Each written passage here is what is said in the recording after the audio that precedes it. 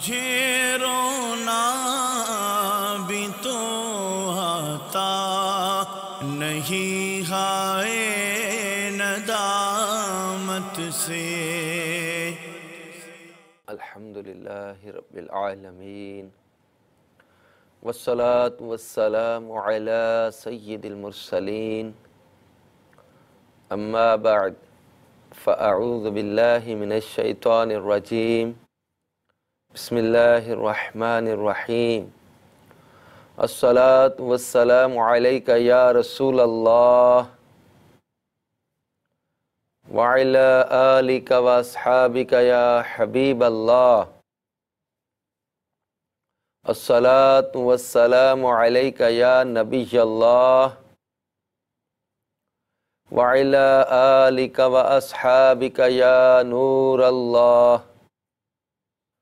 مدنی channel کے ناظرین، الحمدللہ عز وجل مدنی چینل پر مختلف سلسلے جو جاری ہیں ان میں ایک سبق اور درس اپنے اندر لیے ہوئے پیارا سلسلہ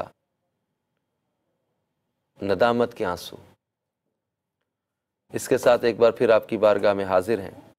حضرت سیدنا کعب رضی اللہ تعالیٰ سے مروی ہے کہ ایک مرتبہ خاتم المرسلین رحمت للعالمین صلی اللہ تعالی علیہ وسلم نے ارشاد فرمایا، ممبر کے قریب آ جاؤ۔ ہم ممبر شریف کے قریب حاضر ہو گئے۔ جب آپ صلی اللہ تعالی علیہ وآلہ وسلم نے پہلے زینے پر قدم مبارک رکھا تو ارشاد فرمایا آمین۔ جب دوسرے زینے پر قدم مبارک رکھا تو ارشاد فرمایا آمین، اور جب تیسرے زینے پر قدم مبارک رکھا تو بھی ارشاد فرمایا آمین۔ پھر جب آپ صلی اللہ تعالی علیہ وآلہ وسلم ممبر شریف سے نیچے تشریف لائے تو ہم نے عرض کی، یا رسول اللہ صلی اللہ تعالی علیہ وآلہ وسلم، آج ہم نے آپ سے ایسی بات سنی ہے جو پہلے کبھی نہ سنی تھی۔ آپ صلی اللہ تعالی علیہ وسلم نے ارشاد فرمایا، جبریل امین علیہ السلام میرے پاس حاضر ہوئے اور عرض کی، جس نے رمضان کا مہینہ پایا اور اس کی مغفرت نہ ہوئی وہ اللہ عز و جل کی رحمت سے دور ہو۔ تو میں نے کہا آمین۔ جب میں نے دوسرے زینے پر قدم رکھا تو جبریل امین علیہ السلام نے عرض کی، جس کے سامنے آپ صلی اللہ تعالی علیہ وسلم کا ذکر ہوا اور اس نے آپ پر درود پاک نہ پڑھا وہ بھی اللہ کی رحمت سے دور ہو۔ تو میں نے کہا آمین۔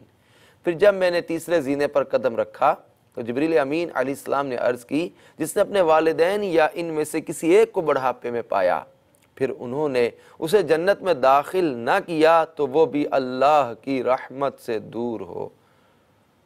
تو میں نے کہا آمین۔ میٹھے اسلامی بھائیوں، اپنے بوڑھے والدین کی خدمت جنت میں لے جانے کا ذریعہ ہے۔ اسی طرح رمضان جنت میں لے جاتا ہے، اور درود پاک کی کثرت۔ اور یہاں فرمایا جو آپ کا ذکر سنے اور آپ پر درود نہ پڑے تو وہ اللہ کی رحمت سے دور ہو۔ اللہ تعالی ہمیں اپنی رحمت سے کبھی دور نہ کرے۔ درود پاک کثرت سے پڑھتے رہا کیجئے۔ صلو علی الحبیب صلی اللہ تعالی علی محمد وعلی آلہ وصحبہ وبارک وسلم۔ میٹھے میٹھے اسلامی بھائیوں اور مدنی چینل کے ناظرین، اللہ تبارک و تعالی ہمیں نیک اعمال کرنے کی سعادت عطا کرے، گناہوں سے ہمیں نفرت ہو جائے، نیکیوں سے ہمیں محبت ہو جائے۔ مدنی چینل اپنے مختلف سلسلوں کے ذریعے یہی سوچ، یہ فکر ہمیں دینے کی کوشش میں ہے۔ بعض اوقات ہم نیک اعمال کرتے بھی ہیں لیکن اس میں خلوص نہیں ہوتا۔ بعض لوگ روتے بھی ہیں لیکن وہ آنسوؤں میں خلوص نہیں ہوتا۔ وہ آنسو اس کے ندامت کے نہیں ہوتے، وہ اس کے آنسو دکھلاوے کے ہوتے ہیں۔ بعضوں کا رونا، بعضوں کی عبادت، بعضوں کا روزے رکھنا، نوافل پڑھنا، حج کرنا، صدقات دینا، یہ اللہ کی رضا کے لیے نہیں ہوتا۔ یہ اللہ تبارک و تعالی جل جلالہ کے علاوہ بندوں کو راضی کرنے، وہ دنیا کا نفع کمانے، شہرت چاہنے، حب جاہ، خود پسندی، عجب، ریاکاری، یہ سارے گناہ ہیں۔ تو حب جاہ کا مریض جو ہوتا ہے، یا کسی منصب کی خواہش، شہرت کی خواہش، اپنی واہ واہ کی خواہش، یہ حقیقی توبہ سے، ندامت کے آنسوؤں سے بندے کو دور رکھتی ہے۔ تو اپنے دل کو ریا سے بچانا ضروری ہے۔ لیکن یہاں ایک بات میں عرض کر دوں مدنی چینل کے ناظرین، کہ کسی کے رونے، کسی کے آنسو، کسی کی عبادت، کسی کی تلاوت، کسی کے بھی نیک عمل کو ہم یہ نہیں کہہ سکتے کہ یہ ریاکاری کر رہا ہے، کیونکہ ریاکاری کا تعلق قلب کی کیفیت سے ہے، اس بندے کی نیت پر ڈیپینڈ کرتا ہے۔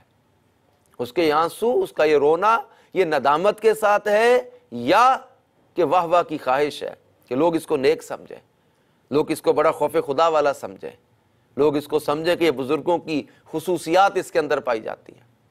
تو ریاکاری سے بچنا بہت ضروری ہے، اور بدگمانی سے بھی بچنا ضروری ہے۔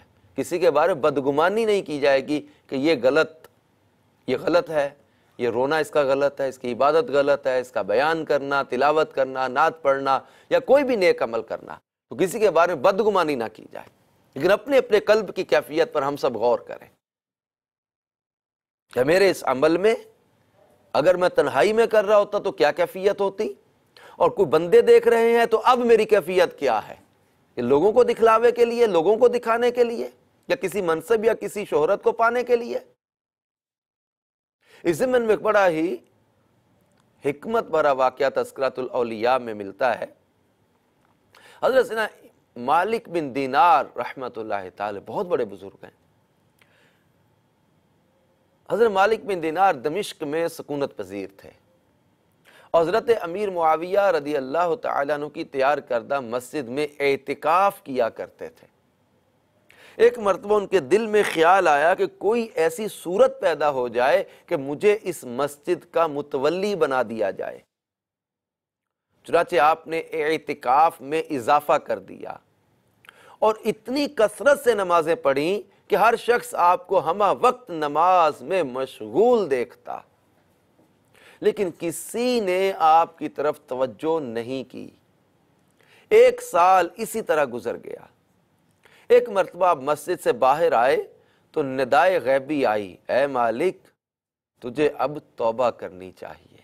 یہ سن کر آپ کو 1 سال تک اپنی خود غرضانہ عبادت پر شدید رنج اور ندامت کا احساس ہوا، اور آپ اپنے قلب کو ریا سے خالی کر کے خلوص نیت کے ساتھ ساری رات عبادت میں مشغول رہے۔ صبح کے وقت مسجد کے دروازے پر لوگوں کا ایک مجمع موجود تھا، اور لوگ آپس میں کہہ رہے تھے کہ مسجد کا انتظام ٹھیک نہیں ہے، لہٰذا اسی شخص کو متولی مسجد بنا دیا جائے اور تمام انتظامی امور اس کے سپرد کر دیے جائیں۔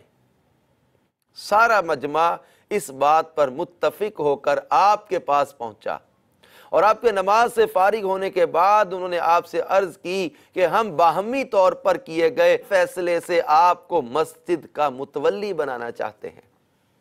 آپ نے اللہ عز و جل کی بارگاہ میں عرض کی، اے اللہ میں 1 سال تک ریاکارانہ عبادت میں اس لیے مشغول رہا کہ مجھے مسجد کا متولی بنا دیا جائے، مگر ایسا نہ ہوا۔ اب جبکہ میں صدقے دل سے تیری عبادت میں مشغول ہوا تو یہ تیرے حکم سے تمام لوگ مجھے متولی بنانے آ پہنچے اور میرے اوپر یہ بار ڈالنا چاہتے ہیں، لیکن میں تیری عظمت کی قسم کھاتا ہوں کہ اب میں یہ منصب قبول نہیں کروں گا اور نہ مسجد سے باہر نکلوں گا۔ یہ کہہ کر پھر عبادت میں مشغول ہو گئے۔ میرے مدنی چینل کے ناظرین، شیخ طریقت امیر اہل سنت اللہ تبارک و تعالیٰ کی بارگاہ میں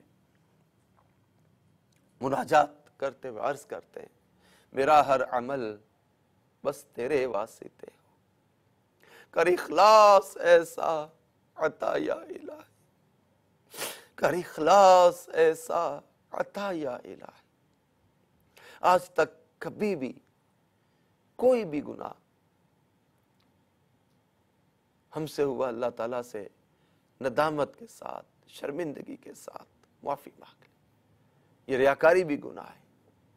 اگر کوئی عبادت، نیکی بندوں کو راضی کرنے، یعنی اللہ کے لیے کی جانے والی عبادت بندوں کی خاطر کی، حب جا، واہ واہ کی خواہش کے لیے، اس سے معافی مانگ لیں، اپنے رب کو راضی کر لیں۔